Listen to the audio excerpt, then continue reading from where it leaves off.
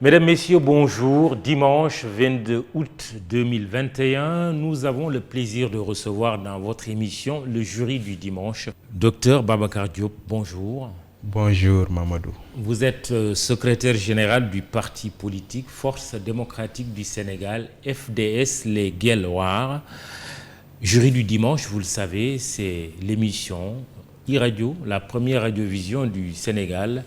ITV, votre chaîne préférée, et le site que vous aimez lire, imedia.sn. Babacar Diop, vous êtes également enseignant-chercheur au département de philosophie de l'université Cheikh Anta Diop de Dakar, avec le grade de maître de conférence titulaire. Vous enseignez la philosophie moderne et contemporaine et la philosophie morale et politique depuis 2013. Votre thèse, soutenue en 2011, a porté sur la pensée politique de Senghor. Rien d'étonnant dès lors que vous militiez au Parti socialiste dont le premier président du Sénégal est le fondateur. Et comme l'enfant de Joal, vous écrivez également, à la différence près, vous n'êtes pas poète. Votre livre est un essai qui s'intitule « Le feu sacré de la liberté, mon combat pour la jeunesse africaine », paru aux éditions L'Harmattan à Paris, avec comme préfacier et non des moindres professeur Djibril Samb. Dans cet ouvrage, Babacar Diop, vous restituez votre expérience du mouvement élèves et étudiants. Vous êtes un produit du lycée Malick Sy et de l'université Cheikh Anta Diop. Allez savoir. Avant de créer votre parti, vous avez démissionné du PS, alors en pleine tempête, à cause de la rupture intervenue entre la direction de cette formation et l'ancien maire de Dakar, Khalifa Ababacar Sall. Notre homme de la semaine se définit comme un Guelwaar. Babacar Diop, qu'est-ce qu'un Guelwaar? Bonjour, je vous remercie. Je salue vos auditeurs et vos téléspectateurs et je dois vous exprimer le plaisir, l'honneur et la fierté que j'ai de venir devant le jury du dimanche pour défendre mes idées, mes convictions et mon projet devant les Sénégalais. C'est partagé. Vous êtes un Guelwaar? Oui, je suis un Guelwaar. Et vous savez, mon cher Mamadou, nous avons voulu partir de notre propre imaginaire, de notre propre mémoire collective, de notre propre mémoire historique, de nous-mêmes, penser à partir de nos propres réalités, de nos réalités concrètes, parce qu'il faut penser et agir en africain. Et en prenant Guelwaar, c'est que nous nous identifions aux valeurs de Guelwaar. Et c'est quoi un Guelwaar? Je reviens d'abord sur le concept, sur le mot, l'historique du mot. Oui. Vous savez, Mamadou, Guelwaar vient du malinké, Kélé Diawarou, qui signifie au sens propre guerrier de la bataille, fauve de la bataille, et au sens figuré, les seigneurs de la guerre, les seigneurs de la paix. Ce n'est pas un groupe ethnique. Au départ, c'était un groupe de guerriers qui étaient dans le Niani de Sundiata Keïta et qui vont migrer plus tard pour aller dans le Gabou et vont venir s'installer au milieu du XIVe siècle dans le Sine Saloum.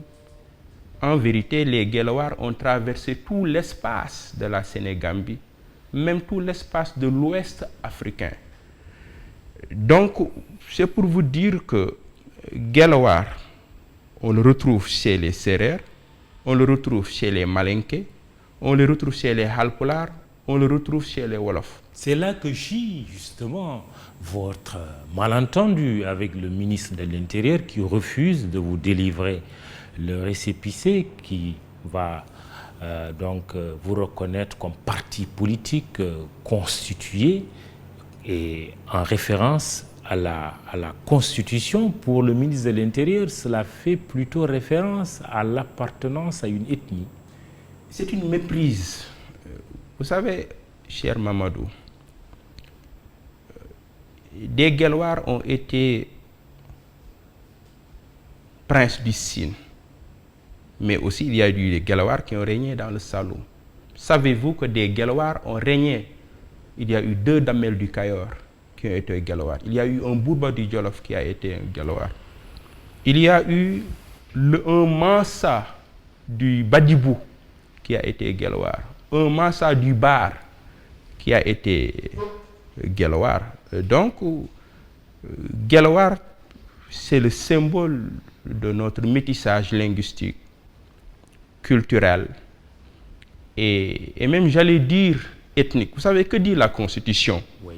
La Constitution interdit à un parti de s'identifier à une ethnie, Oui. une race, Une religion, une langue, oui. une région. Guelwaar ne fait pas référence à une ethnie. Ce n'est pas l'avis du ministère de l'Intérieur. Oui, c'est pourquoi j'ai dit c'est une méprise. Et vous savez, c'est bon de faire l'historique, mais les mots naissent, grandissent, voyagent, prennent de nouvelles significations. Depuis l'œuvre cinématographique de Sembène Ousmane, l'œuvre littéraire de Sembène Ousmane, parce que beaucoup de gens ne le connaissent pas, il y a eu un livre qui s'appelle, dont le titre est Guelwaar. Et depuis l'œuvre cinématographique de Sembène Ousmane, Sembène a donné un souffle nouveau à ce mot qui aujourd'hui renvoie à des valeurs, la dignité, le refus, la figure du Guelwaar, telle qu'elle apparaît dans le film de Sembène Ousmane, est la figure de l'insoumission, de la rébellion contre toute forme de domination, contre toute forme de l'injustice.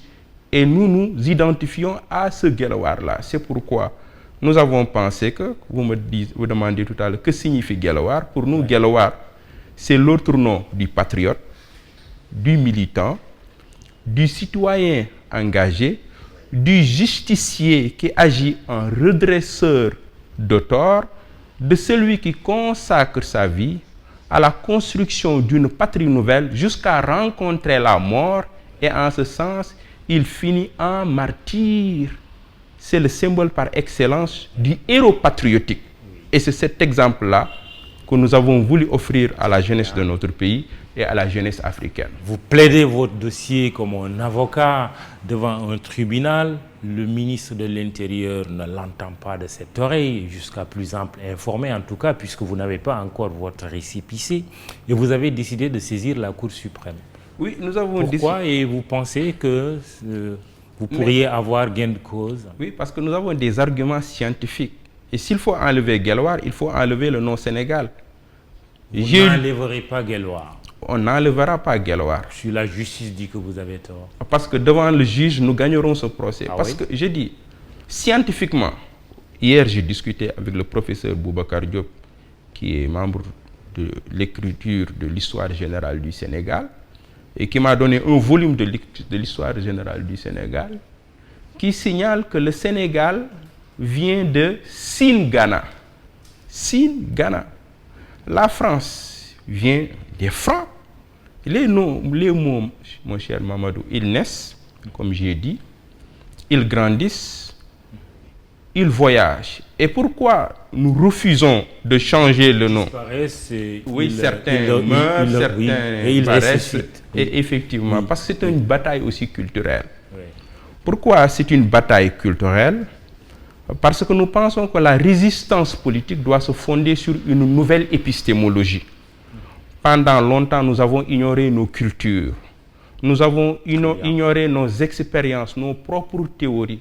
Et nous avons pensé que nous devons valoriser, promouvoir une nouvelle manière de concevoir l'émancipation et la libération non eurocentrique. Parce que nous pensons qu'il y a des théories et des pratiques politiques endogènes progressistes qui peuvent nous permettre de repenser l'alternative, qui peuvent nous permettre de penser une société alternative. On va revenir sur tout cela probablement, mais il y a aussi une médiation de Alioune Tine.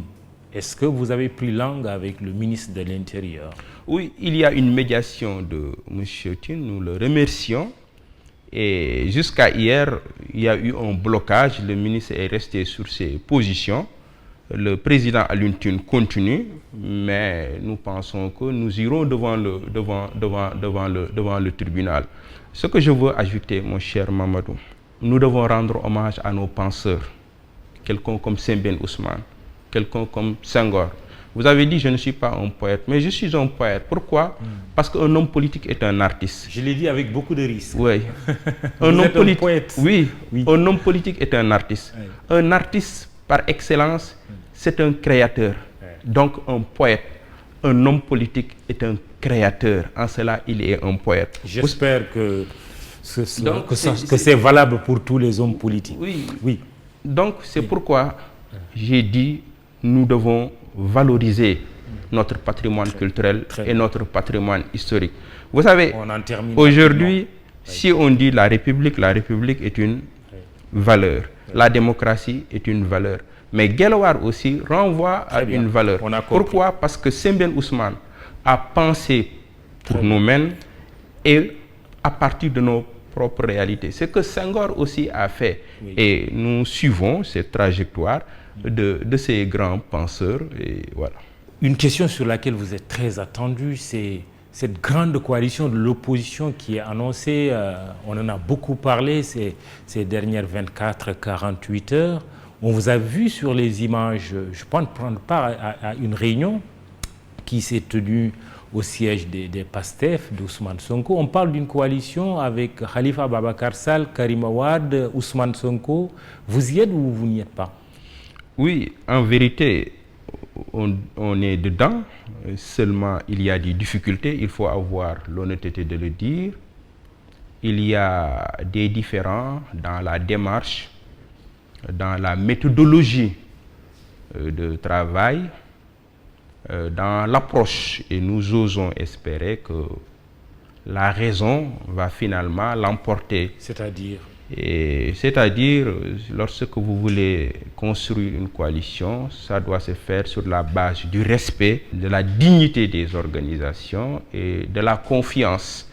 Je le pense très sincèrement, mais cette manière de vouloir mettre une stratégie de nationalisation de l'opposition et mettre en place une sorte de conseil de sécurité avec quelques membres permanents disposant d'un droit de veto qui pourrait peut-être même aller jusqu'à mettre en place une commission chargée d'évaluer le comportement des partis politiques pour voir s'ils remplissent les critères de faire partie d'une coalition de l'opposition. Je pense que ça ne serait pas une bonne démarche. Qu'est-ce qui vous gêne? Les noms qui sont mis en avant, Khalifa Sall, Ousmane Sonko, Karim Wade? Non, c'est des gens très respectables. On a même entendu Serigne Moustapha Sy dire qu'il... Oui, c'est des gens très respectables. Qu'il va être adhéré à cette coalition. C'est des gens très respectables, de grands monsieur, avec qui nous discutons, avec qui nous travaillons. Mais c'est dans la démarche. Lorsque vous voulez travailler avec les gens, lorsque vous voulez construire une grande coalition, je dis, ça doit se faire sur la base du respect et de la dignité des organisations. Vous n'avez pas participé à cette réunion? Il y a eu beaucoup... J'ai vu votre nom quelque part. Vous avez pris part à cette réunion? Oui, je participe à cette réunion. Oui. On est acteur. Non, je parle de cette rencontre qui aurait eu lieu entre Ousmane Sonko, Khalifa Sall. Naturellement, Karim Wade n'est pas là. Il est à Doha. Effectivement, bien sûr, évidemment. Il était représenté probablement. Effectivement, j'ai participé à une rencontre. J'ai dit il y a quelques différends, mais oui, je ne voudrais pas revenir sur les détails de ce que nous sommes dit, parce que je suis un responsable aussi. Il y a des discussions en cours, il y a des difficultés, mais on peut les surmonter et j'ose espérer que dans les heures à venir, la raison, c'est parce que l'unité, l'intérêt de l'opposition, c'est l'unité aujourd'hui. Construire une grande coalition pour bâtir non seulement une alternance, mais une alternative. Et je pense que c'est là où nous attendent les Sénégalais, et c'est pourquoi, malgré les difficultés que nous avons pour le moment à bâtir cette coalition... Quelles sont ces difficultés? Je l'ai expliqué, Mamadou, c'est dans la démarche. Bon, je veux être honnête, il y a des gens, des partis qui pensent que, compte tenu de leur poids historique sur le plan électoral, c'est à eux d'abord de lancer leur propre organisation. C'est pourquoi je parlais d'une sorte de conseil de sécurité. Et ensuite, inviterait les autres à les rejoindre dans la coalition. Et certains pensent que c'est un précédent dangereux parce que ça ne s'est jamais passé comme ça dans l'histoire politique du Sénégal. Chez Amath Dansokho, il y avait plus de 50 organisations qui n'avaient pas la même dimension, qui n'avaient pas le même poids, qui n'avaient pas les mêmes trajectoires. Et pourtant, les gens ont pu travailler jusqu'à créer les conditions de l'alternance de 2012. N'est pas Dansokho qui veut. Et on l'a perdu 23 août. Lundi, justement, c'est la date commémorative de la disparition d'Amath Dansokho. Je suis d'accord, n'est pas Dansokho qui veut. Oui. Et une pensée pieuse pour Amath Dansokho, cet homme politique arraché à l'affection de tous il y a donc quelques années. Je vous laisse poursuivre. Donc, vous dites qu'il y a une sorte de conseil de sécurité qui ne dirait pas son nom, mais on a entendu d'autres partis dire tout ce qui n'est pas fait avec nous est fait contre nous quelque part. Vous n'avez pas crainte que l'opposition qui cherchait finalement une grande coalition éclate finalement en mille morceaux? Moi, je suis un homme positif, optimiste. Si les gens sont de bonne foi, j'ose espérer que nous nous entendrons. Et parce que dans cette stratégie, personne n'y gagne. En tout cas, l'opposition n'y gagne pas. Le peuple sénégalais n'y gagne pas. La seule personne qui gagne dans cette affaire, dans la division, dans la dispersion des forces, il s'appelle M. Macky Sall.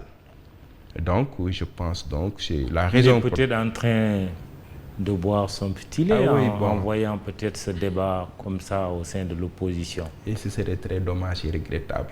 Qu'est-ce qui peut être fait? Ce qui peut être fait, que cela n'arrive pas. Que les gens reviennent à la raison. On ne peut pas permettre à 2-3 organisations de construire leur propre alliance et pour ensuite inviter les autres. Il faut reprendre les principes les plus élémentaires, la confiance et le respect mutuel, discuter avec tous ceux qui seraient intéressés par cette coalition, et intégrer tout le monde, et je pense que ce sera sur une base inclusive et non exclusive.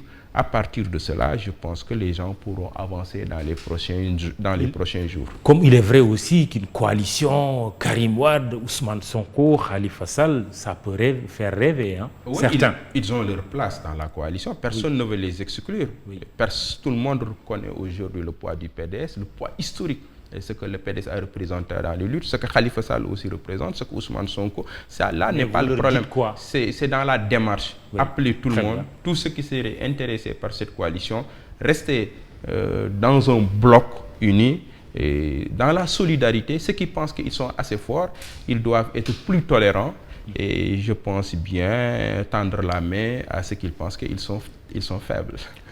La fête de Tamkharit ou Ashura a été marquée cette année par le message du khalife général des Tijanes, Serigne Babacar Sy Ibn Mansour, message adressé à la Oumma islamique et à la nation tout entière. Chaque pan de la société en a eu finalement pour son sermon. Quel est votre entendement de la déclaration du khalife? Oui, j'ai salué la déclaration du khalife. Le khalife, il est dans son rôle. Les khalifes généraux, ils perpétuent la mission prophétique, qui est une mission critique, qui est une mission libératrice, et qui est une mission de justice, de paix, de liberté, de dignité. Vous savez, les khalifes généraux sont les gardiens de la paix. La paix, elle est importante, elle est fondamentale. La paix, c'est à la fois moyen et finalité du développement. Sans la paix, il n'y aura pas de développement. Et le développement même a pour finalité de consolider la paix. Comme dit mon professeur Djibril Samb, la paix, ce n'est pas le contraire de la guerre, ce n'est pas l'absence de guerre, c'est la norme suprême même de l'existence sociale. C'est pourquoi je pense que, en tout cas, j'ai trouvé plaisir à l'écouter. Et c'est bon que les khalifes généraux, que le clergé refusent de s'associer à l'État pour maintenir cette capacité critique, pour à chaque fois qu'il est nécessaire rappeler les principes. Et ces principes-là nous gouvernent et gouvernent aussi ce qui nous dirige. En tout cas, j'ai entendu 3 messages. Il a parlé de la paix, il a parlé de l'unité de la nation, au-delà des confréries, des chapelles politiques, appeler les uns et les autres à savoir ce que nous partageons. Ce que nous partageons, c'est cette belle nation, un sentiment de commun, vouloir de vivre commune, parce que la nation n'est pas bâtie sur la race, ni sur l'ethnie, ni sur la langue, ni sur la base du territoire, ni même sur les nécessités militaires. Mais c'est une âme, c'est une vocation, c'est une vocation collective. Et je pense que voir un homme de cette envergure appelé à l'unité nationale, je pense que c'est un message très très très fort. Il s'est exprimé surtout dans un contexte de pandémie à Covid-19, avec des réticences par rapport au vaccin chez certains citoyens. Serigne Babacar Sy a révélé qu'il s'est lui-même fait vacciner et il a invité la population à en faire autant. Un tournant dans cette campagne de vaccination. Oui, c'est un homme d'une grande lucidité, ce marabout. Et je pense qu'on aurait dû commencer sur le plan de la communication par des gens comme lui et d'autres personnalités, et faire confiance aux communautés. Mais il y a eu un désastre sur la communication institutionnelle lorsque quelqu'un a pris la parole menaçant les populations. Si vous ne vous vaccinez pas, je vais donner les vaccins à d'autres pays. Cette manière de faire, cette manière de s'adresser à une nation n'est pas correcte. On ne s'adresse pas à un peuple de cette manière. Mais il faut parler de manière pédagogique, avec beaucoup de respect.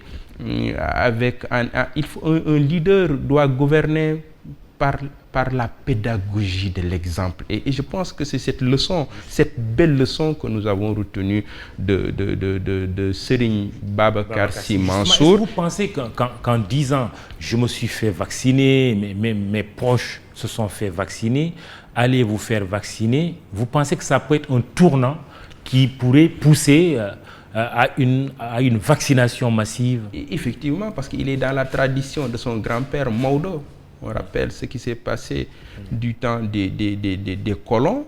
Et il est dans cette tradition, et je suis convaincu que beaucoup de fidèles, beaucoup de Sénégalais qui ne sont même pas de confrérie, de la confrérie Tijania, vont suivre l'exemple du marabout, parce qu'il inspire confiance. Le khalife général des Tijanes s'est aussi adressé à la classe politique.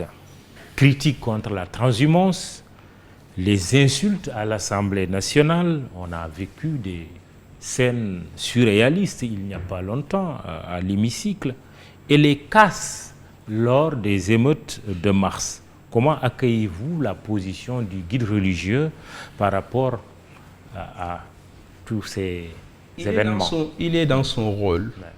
Et son adresse à l'endroit de la classe politique, elle est importante parce qu'elle nous rappelle des valeurs, et que la politique, Mamadou, est une vocation noble. Et il faut la faire avec des valeurs, avec une éthique. Vous le dites, mais sur le terrain, ce n'est pas ce qui se passe. En tout cas, moi je le dis, et chaque jour que je fais notre organisation. D'où l'invite du khalife général des Tijanes et même ses critiques. Il n'a pas pris de gants. Oui, je dis, il est dans son rôle. Oui. Il nous a rappelé que la politique doit être une vocation. Un homme politique, une organisation politique, un parti politique a pour finalité de servir la communauté. Et c'est pourquoi nous, au sein de FDS Les Guelwaars, nous l'avons toujours dit, nous ne voulons pas simplement construire un parti machine électorale qui serait simplement intéressé à choisir des députés, des conseillers, mais nous voulons construire un corps de serviteurs publics, des hommes et des femmes engagés à servir. Vous savez, la Bible, Matthieu, dans le vers 20-27, il dit quelque chose d'extraordinaire. Qui veut être grand parmi vous doit être votre serviteur. Qui veut être premier parmi vous doit être votre esclave.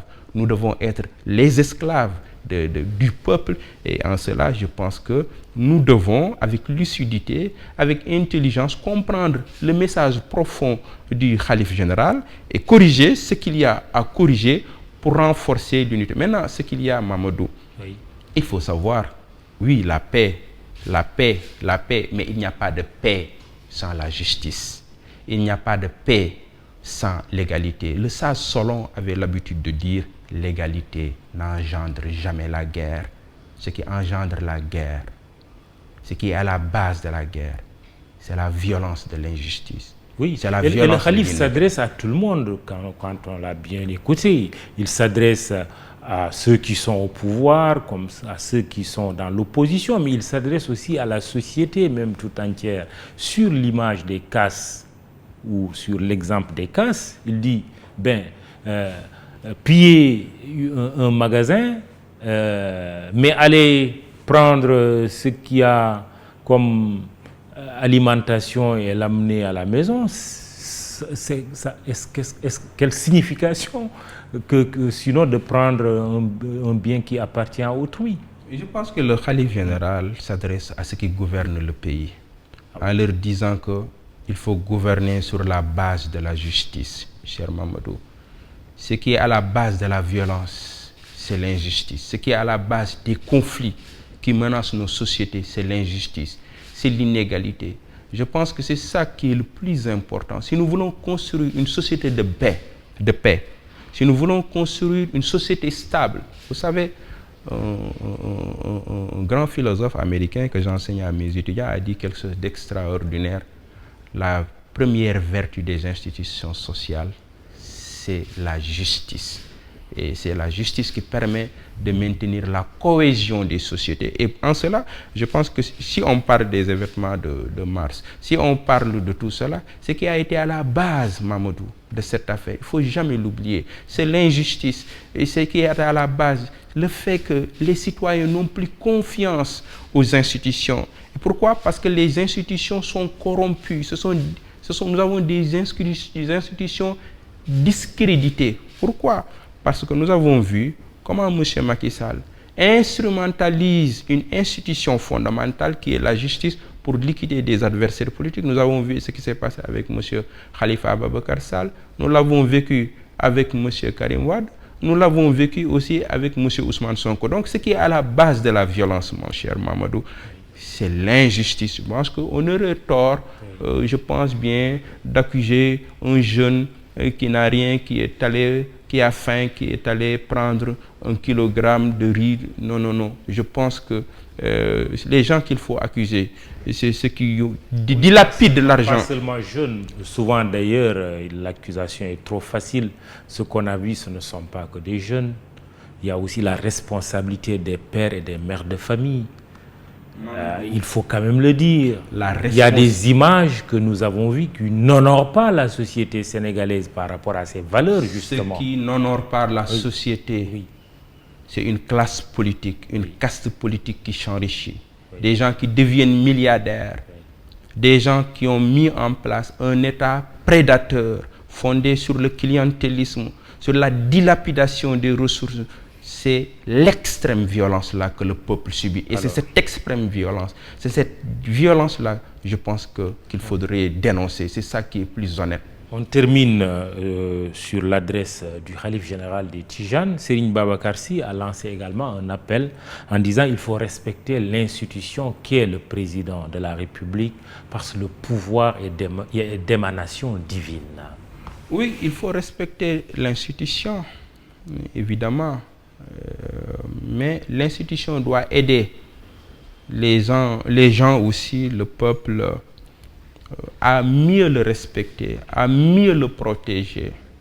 En cela, l'institution doit prendre de la hauteur, doit comprendre sa mission, doit comprendre sa responsabilité, doit savoir agir au nom du peuple, parce que cette institution vient de la communauté. Le pouvoir, la source principale du pouvoir, c'est la communauté. Et lorsque vous le comprenez, vous allez avoir une conception de la politique qui ressemble à celle du sous-commandant Marcos. Qui signifie quoi? Il dit il y a deux sortes de pouvoir.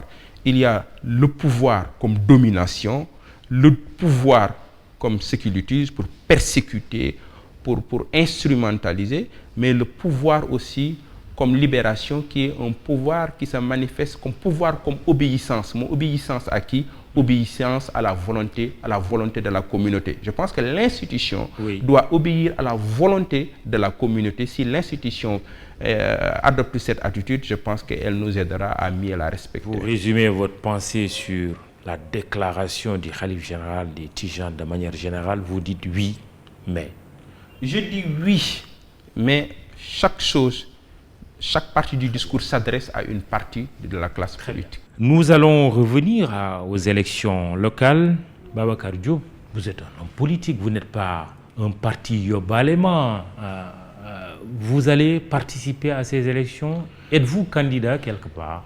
Oui, nous participerons. Ces élections locales auront lieu le 23 janvier 2022. À ces élections, j'ai engagé de larges concertations et de profondes consultations auprès des populations de Thiès. J'ai rencontré les jeunes, les femmes, les cadres, les intellectuels, l'association des tailleurs, l'association des Jakartaman, les femmes, les étudiants. Après des échanges, après une longue méditation, parce que aussi j'ai un engagement politique citoyen et politique de plus de 20 ans, parce que depuis le collège, je suis engagé. Il n'y a jamais eu de rupture. Je n'ai jamais raté de rendez-vous. J'ai défendu mes camarades élèves sous le baobab du lycée El Hadji Malick. Alors vous dites oui, je suis candidat. Donc lorsque je suis venu à l'université Cheikh Anta Diop, j'ai été président de la coordination des étudiants thiessois. Je pense qu'aujourd'hui, Thiès a besoin de renouveler sa classe politique, les visages qui incarnent sa classe politique. Thiès m'a tout donné. Je veux maintenant tout donner à Thiès. Oui, le matin, en faisant mes ablutions, je pense à la mairie de ville de Thiès. Vous êtes candidat? Docteur Babacar Diop est candidat à la mairie de ville de Thiès. Ah oui? Face à certainement d'autres candidats, puisque la ville de Thiès est réputée être une ville avec un tempérament de feu, une ville de refus, mais une ville avec des figures politiques. Idrissa Seck, on ne peut pas ne pas parler de lui. Aujourd'hui, le maire sortant s'appelle Talla Sylla. Il y a d'autres aussi acteurs, Thierno Alassane Sall et bien d'autres, Abdoubo, et j'en passe. Alors, vous êtes candidat face à tous ces potentiels candidats? Oui, c'est une très grande ville. Vous l'avez, comme vous le dites, c'est la ville la plus africaine de notre pays parce que c'est un don du rail. Et comme dit le président Mamadou Dia, c'est le centre névralgique de tout le Sénégal. Cette ville a produit de très grands leaders, de très grands monsieur. Ibrahima Sarr, Ousmane Ngom, Boubacar Sall et d'autres. Une ville de refus qui a tenu tête à M. Abdou Diouf, qui a tenu tête à Abdoulaye Wade, qui a tenu tête aujourd'hui aussi à M. Macky Sall. Cette ville n'a jamais raté. Une ville qui a comme maire aujourd'hui Talla Sylla, qui est un allié du président Macky Sall. Idrissa Seck, qui a été maire, est également allié du président Macky Sall aujourd'hui. Oui, sur Idrissa Seck, quelles sont vos chances face à tous ces leaders politiques? Nous avons une grande chance parce que Thiès aspire à un changement, Thiès aspire à un renouveau. Et nous pensons que les jeunes qui sont nés après 2000 ne connaissent pas les chantiers de Thiès, ne connaissent pas Idrissa Seck. Ils connaissent la jeune génération engagée en politique et cette jeune génération de leaders qui produisent et qui proposent des alternances. Pourquoi et des seriez-vous porteur de ce changement attendu par les Thiessois? Oui, j'ai un engagement de plus de 20 années, Mamadou, sans rupture. Au collège Djibril Diaw à Thiès, je défendais mes camarades. Au lycée El Hadji Malick Sy, quand je suis venu à l'université chez Anta Diop, Mamadou, j'ai été 2 fois président de la coordination des étudiants thiessois. Et je pense qu'il y a beaucoup de Thiessois qui m'ont interpellé, qui ont pensé que le moment est venu, je pense bien, de m'adresser aux Thiessois et de proposer un projet alternatif. Sauf qu'il y a une coalition de l'opposition en gestation. Oui, je pense que nous nous entendrons de cette coalition. Et si demain on disait non, Monsieur Diop... oui, c'est pas les membres de cette coalition. On ne compte pas sur vous pour conquérir Thiès. C'est Thiès qui détermine ma candidature. Oui, et cette décision, elle est prise. Elle est prise, mon cher maman. Irrévocable. Elle est prise. Alors, la caution, ça fait partie aussi des éléments quand on parle d'une élection. Une rencontre entre les partis politiques et le ministre de l'Intérieur a eu lieu. Avez-vous idée de cette caution? Oui, vous savez... Elle devrait être fixée à combien? Vous savez, tout ceci, ce débat sur la caution est la manifestation de la crise de notre démocratie. Et parce que la crise de la démocratie, elle commence quand les représentants sont discrédités et que le peuple ne se reconnaît plus à travers ses représentants. Mais la crise de la démocratie aussi se manifeste par la présence de l'argent. Lorsque c'est l'argent qui dicte tout, lorsque c'est l'argent qui organise tout. Mais la caution a toujours existé quand même. Oui, mais on en arrive aujourd'hui à imposer des vins, que certains parlent de 20 millions, alors qu'il y a quelques années, ils étaient de l'autre côté. Je pense que ça pose problème. Je pense dans les discussions, on a beaucoup parlé de 20 millions. Oui. On ne parle plus de 10 millions. Donc, il y a ceux qui ont parlé de 20 millions, il y a ceux qui ont parlé de 10 millions, et il y a des ceux qui ont parlé de 5 millions. Mais je pense que le plus important, c'est d'encourager la participation des listes citoyennes, des personnalités. Entre les trois, il y a certainement possibilité de trouver la moyenne. Mais pourquoi cette caution même? D'abord, ça pose un problème. Vous êtes contre le principe de la caution? Oui, je suis contre le principe. Mais Mamadou, vous allez dans un quartier, vous y trouvez des personnalités d'envergure remarquables. Vous-même, les gens de votre quartier, peuvent venir vers vous, voir votre présence dans le quartier et souhaiteraient peut-être que vous soyez le maire de la ville, le maire de la commune. Et je pense que c'est une élection locale, c'est une élection citoyenne. Il faut encourager, je pense bien, la participation citoyenne. Oui, et à côté de la caution, il y a quand même ce parrainage qu'on demande aux candidats indépendants, qui n'est pas demandé à ceux qui sont des militants de partis politiques. Et tout ceci, je pense, est injuste et je pense que mérite une refondation de notre démocratie. Cette démocratie-là qui est malade, cette démocratie-là qui est corrompue aujourd'hui. Et je pense qu'il faut une refondation, je pense bien, de notre démocratie qui remettrait le citoyen au centre de la démocratie. Calendrier électoral, quand on le regarde, c'est vrai, le prochain rendez-vous, c'est janvier 2022 avec ces élections locales, mais une élection en chasse ou en cache, une autre, c'est selon, dans un intervalle rapproché.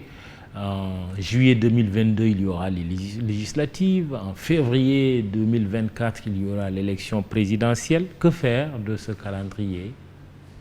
Oui, et je pense qu'il faut respecter le calendrier républicain, organiser les élections législatives au mois de juillet 2022, organiser la présidentielle, les législatives et la présidentielle, le respect de la calendrier, du respect du calendrier républicain, je pense qu'il est très important. Et j'ose espérer que les gouvernants respecteront ce calendrier républicain. Du coup, 2 ans à 3 ans d'élection. Oui, il y a aucun de problème. campagne électorale permanente, certainement. Non, ce n'est pas de campagne électorale permanente. La dernière élection qu'il y a eu lieu, c'est depuis 2019. Les Américains, ils ont un mandat de 4 ans. Chaque 2 ans, ils ont des élections mi-mandat.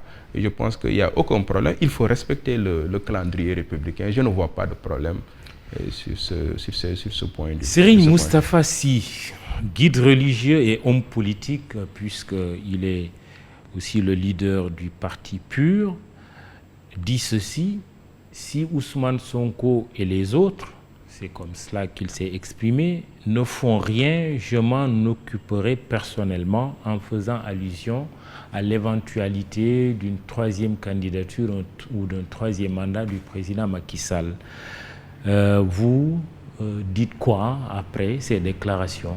Oui, je pense que le 3e mandat est un coup d'État politique. Il y a un coup d'État militaire, mais il y a le coup d'État politique, et je pense que c'est inacceptable.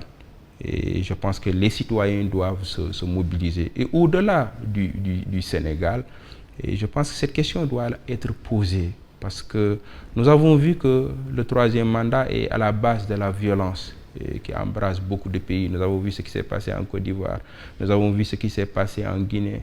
Et aujourd'hui, si M. Macky Sall s'entête, tout le monde sait qu'il y aura des morts d'hommes. Et ceci n'est pas acceptable. Vous avez vu ce qui s'est passé en 2012, et je pense que l'histoire ne nous le pardonnerait pas. On le dit sans trembler, il y aura des morts d'hommes. Je le dis bien sûr en tremblant, parce que ceux qui ont la responsabilité de préserver la paix civile, de préserver la stabilité de notre pays, ne doivent pas hypothéquer cette paix simplement pour satisfaire des besoins égoïstes, des besoins personnels. Mamadou, c'est ça le débat. Monsieur Macky Sall le sait, il n'a pas droit à un 3e mandat. Son entourage sait bien qu'il n'a pas droit à un 3e mandat. Au nom de quoi certains seraient prêts à brandir des coûte que coûte pour dire ils ont le droit de se présenter, mon cher Mamadou. C'est ça le débat. Je tremble. Est-ce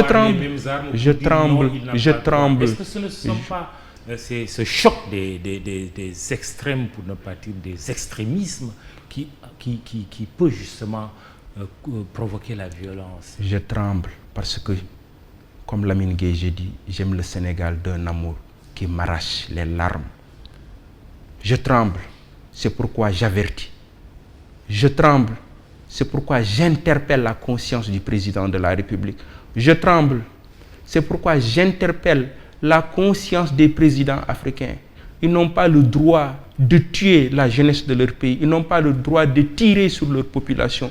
Je tremble parce que j'ai envie de vivre dans un Sénégal stable. J'ai envie de vivre dans un Sénégal de paix. Je tremble. C'est la raison pour laquelle j'appelle la CEDEAO à modifier le protocole de la CEDEAO pour interdire définitivement la question du 3e mandat, parce que tout le monde le sait, vous-même vous le savez, tout le monde le sait. Cette question est à la base de la violence en Afrique. Est-ce que ce n'est pas cet acharnement, cet attachement de part et d'autre à une limitation du nombre de mandats ou à l'inverse, et de la façon dont s'exprime qui peut justement créer des tensions? Est-ce qu'il n'est pas possible, de la manière la plus sereine possible, de régler l'équation des mandats? La manière la plus sereine de régler l'équation des mandats, c'est de respecter la Constitution. Très bien. Babacar Diop des FDS, les Guelwaars, et l'invité du jury du dimanche. La violence, on ne la quitte pas ou elle ne nous quitte pas. Elle règne aussi dans les écoles, dans les universités. Vous êtes enseignant-chercheur, maître de conférences titulaire au département de philosophie à l'université Cheikh Anta Diop de Dakar. Quelle explication avez-vous de ce phénomène de la violence en milieu scolaire et universitaire? Oui, et qui n'épargne pas les enseignants. Oui, c'est très regrettable. Mais mon cher Mamadou, la violence, elle est partout. Elle est dans toute la société sénégalaise. Elle est dans les télévisions, les programmes de télévision qui glorifient la violence. Elle est sur les réseaux sociaux. Elle est à la radio. Elle est dans la place publique. Elle est dans le milieu du sport. à l'arène nationale. À Demba Diop, on a fermé Demba Diop. Il y a eu combien de morts à Demba Diop? Les gens n'ont pas de mémoire, ils oublient. Maintenant, lorsqu'on voit la violence à l'université aujourd'hui, bon, nous dénonçons cette violence. Moi, je suis membre du SAES. Le SAES a eu des positions radicales. Mais ce qu'il faut aussi reconnaître, ce n'est pas un phénomène nouveau. C'est pas un phénomène nouveau. Avec des étudiants qui ont été lourdement sanctionnés. Oui, certains ont même été exclus. sur la sanction des étudiants, oui, j'y reviendrai. Oui. Mais je dis, Mamadou, les étudiants d'abord subissent la violence. Les enseignants subissent la violence. Cette université que vous avez à côté, mon cher Mamadou, accueille près de 100 000 étudiants, mon cher Mamadou. La faculté des lettres a plus de 40 000 étudiants. Les conditions dans lesquelles ces étudiants-là travaillent, les conditions dans lesquelles ces étudiants logent aux combustions, ces étudiants-là subissent d'abord la violence de l'injustice, du mépris. Et je pense que c'est cette violence. Maintenant, où est le problème? C'est les étudiants et les élèves qu'il faut condamner et sanctionner, ou vous êtes en train de dire qu'ils sont les victimes de cette violence? Ils sont d'une certaine manière les victimes de cette violence. Mais cela dit, je préfère être honnête. Oui. Je suis un enseignant. Oui. Je suis un pédagogue. J'ai toujours dit la vérité à mes étudiants. Lorsqu'il y a eu ce problème-là, quand des étudiants sont venus me solliciter pour que je sois leur avocat devant le conseil de discipline, j'ai refusé. Pourquoi j'ai refusé? Je leur dis, je ne pourrai jamais vous encourager sur le chemin de la violence. Pourquoi? Parce que mes maîtres, le professeur Semou Pategay, lorsque j'étais dirigeant du mouvement étudiant, à chaque fois qu'il y avait des problèmes, il me convoquait dans son bureau pour me dire que votre attitude, vous les leaders du mouvement étudiant, c'est de condamner la violence, d'avoir des arguments. S'il y a des problèmes, s'il y a des différends, la violence ne peut pas être une solution. Et j'ai retenu du professeur Semou Pategay, la violence n'est jamais une solution. L'université est un espace de paix. L'université est un espace de débat. Les étudiants doivent être en mesure de débattre et non faire usage de la violence. Alors, quelle université nous faudrait-il? Parce que les gens ont tendance à dire, et vous l'avez dit d'ailleurs, que nos universités sont surpeuplées. Vous avez donné l'exemple de l'UCAD. Quelle université il nous faudrait alors? Populaire, voire populiste ou élitiste? Il nous faut une université démocratique, une université populaire. Et ça demande du courage, ça demande de l'engagement. Il est devenu populiste. Hein? Populaire, je dis bien. Oui, cette université, quand on la regarde, pour en tout cas l'UCAD... Oui, en tout cas, nous avons des problèmes. Le premier problème, c'est les effectifs. Oui.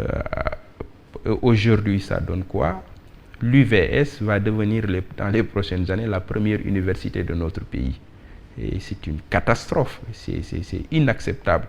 Après les effectifs, vous avez les infrastructures. Aujourd'hui, les infrastructures de l'université Amadou Mahtar Mbow sont à terminer.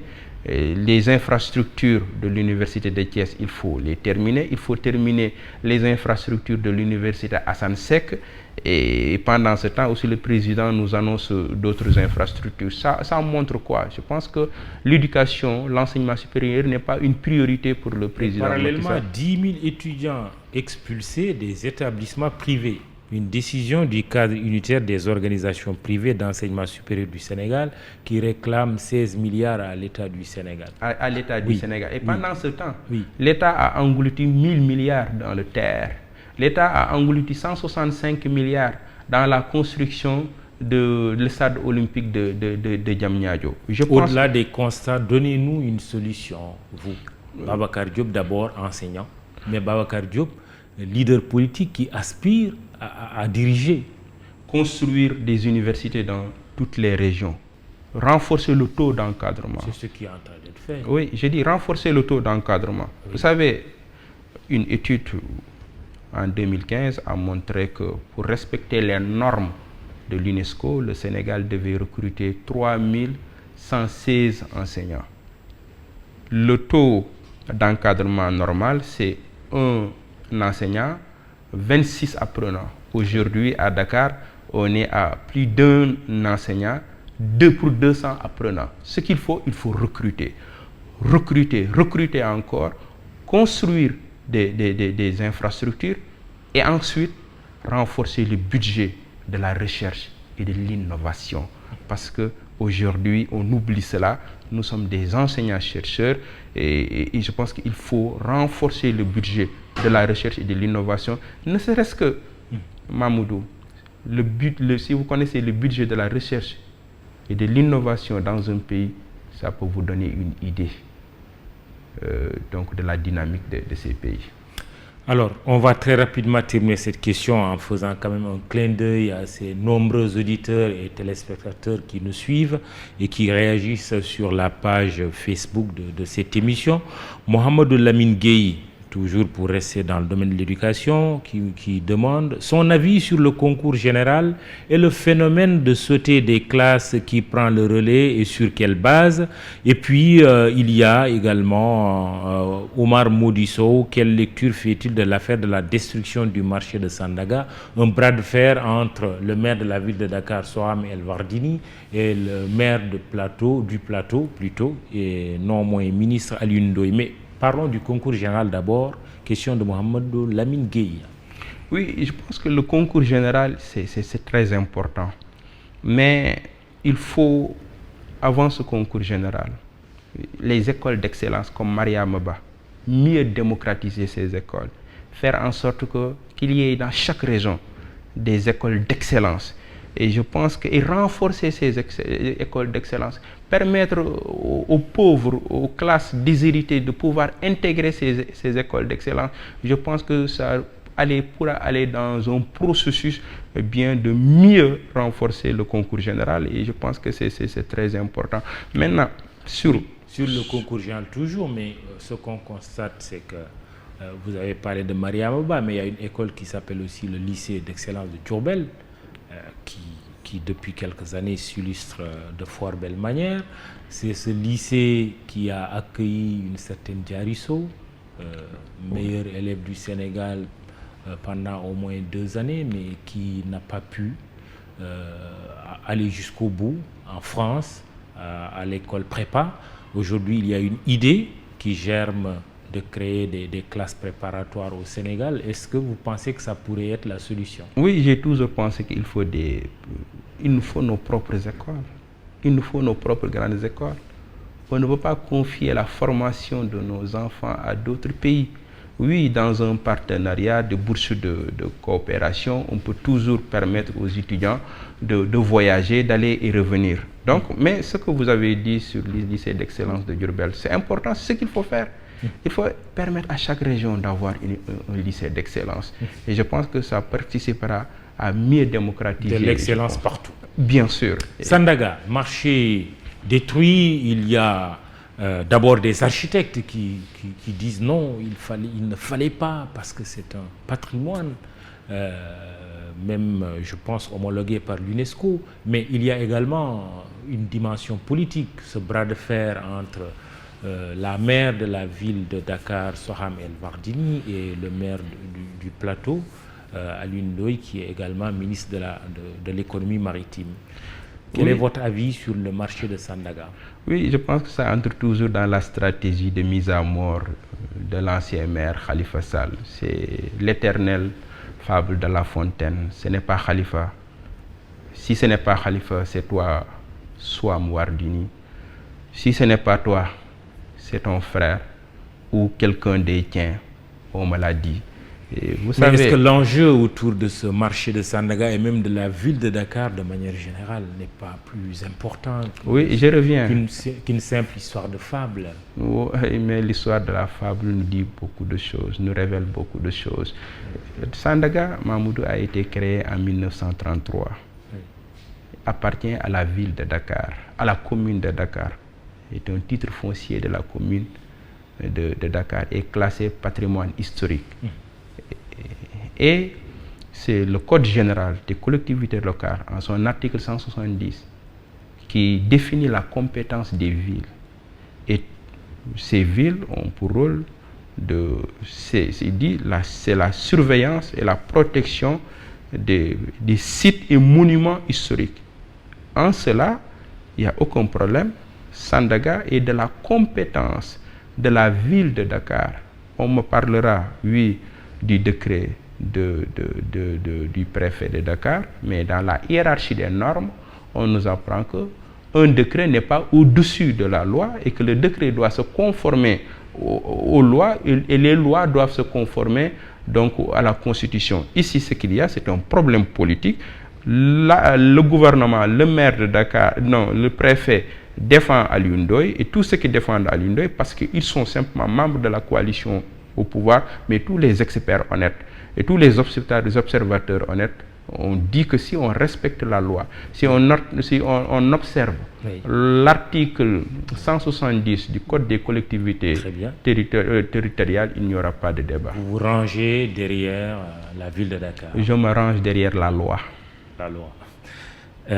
Dernière chose, on va parler des États-Unis, mais vraiment en 30 secondes. Les États-Unis, d'abord l'Afghanistan, une intervention en 2001 pour chasser les talibans. 20 ans plus tard, ces talibans ont pris le pouvoir. Mais les États-Unis qui lancent également un avis de recherche, ça nous impacte d'ailleurs directement, avis de recherche lancé contre Antonio Ndiaye, ancien chef d'état-major de l'armée bissau-guinéenne. Sa tête est mise à prix parce qu'il aurait contribué à la déstabilisation de la sous-région selon les Américains. On parle de la présence de ce monsieur entre le Sénégal, la Gambie et d'autres pays de la sous-région. Les Américains, l'Afghanistan, les Américains également par rapport à cette affaire Antonio Ndiaye. Oui, les Américains, je pense qu'ils devaient apprendre de l'expérience du Vietnam. Et je pense que s'ils avaient bien retenu la leçon du Vietnam, ils ne seraient jamais en Afghanistan. Et c'est la conséquence de tout cela. Et ça peut avoir des conséquences en Afrique aussi. Partout, ce que fait la France aujourd'hui au Mali, la position de la France sur le Sahel, tout ceci dit quoi? Que nous sommes aussi interpellés et sur la question de la sécurité, nous les pays africains. Cet ancien chef d'état-major de l'armée bissau-guinéenne. Oui, sur cette affaire, bon, on verra, que je ne la maîtrise pas très bien. Dans les prochains jours, on verra ce que ça donnera. La prochaine fois, vous travaillerez à la maîtriser. C'est des questions importantes aussi pour les hommes politiques que vous êtes. Oui, bien sûr, je suis cette question, mais évidemment, ça pose des sérieux problèmes, mais je dis le fond de ce dossier. Très bien. Et effectivement, je dis que je ne peux pas me prononcer sur cette question. Babacar Diop, le Guelwaar, mais aussi le candidat à la mairie de Thiès. Il était l'invité de ce jury du dimanche, secrétaire général des FDS, les Guelwaar. Il est enseignant-chercheur. Mahmoud Ibra Kane pour vous présenter cette émission, le jury du dimanche. iRadio, ITV, pour le compte d'E-Média SN au texte Cheikh Moussa Sarr, à la photo Pape Doudou Diallo. Réalisation Masmoup, prise de son Ibamar Sen et tous les autres techniciens. Réseaux sociaux, Fatima Taba, Biram Pouy. Bon dimanche, rendez-vous dimanche prochain.